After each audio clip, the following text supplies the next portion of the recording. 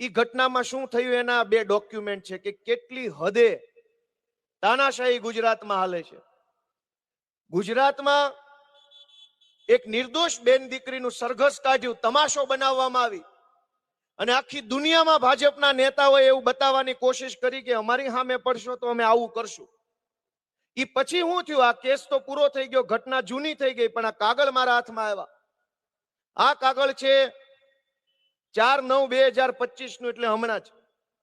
અમરેલીના DYSP madam છે કોક, એને અમરેલીની કોર્ટમાં લખીને આપ્યું. આ સરકારી કાગળ છે.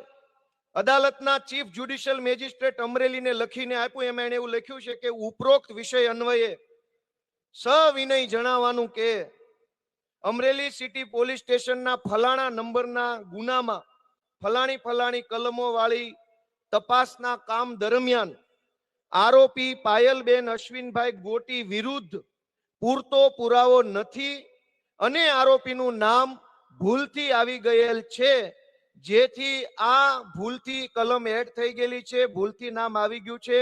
તમે તમારા ચોપડેથી નામ કાઢી નાખજો, અમે અહીંથી નામ કાઢી નાખ્યું છે, તમારું મારું પૂરું. દોસ્તો વિચાર કરો કે એક દીકરીનું સરઘસ કાઢ્યું અને પછી એમ કે છે ભૂલ થઈ ગઈ. આ ક્યાંનો ન્યાય?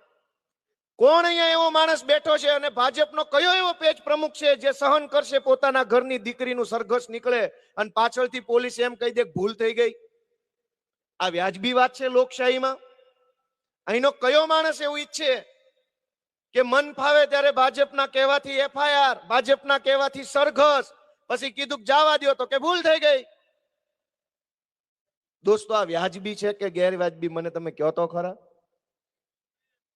આવી રીતે એને કોર્ટમાં લખીને આપ્યું ભૂલ થઈ ગઈ, તો તમારા સરઘસ કાઢ્યું એનું શું?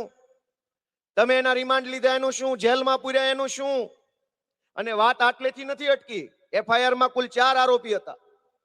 એમાં પાયલબેનના કેસમાં કોર્ટમાં લખીને આપ્યું ભૂલ થઈ ગઈ છે ભાઈ, આનો કઈ પુરાવો બુરાવો છે નહીં.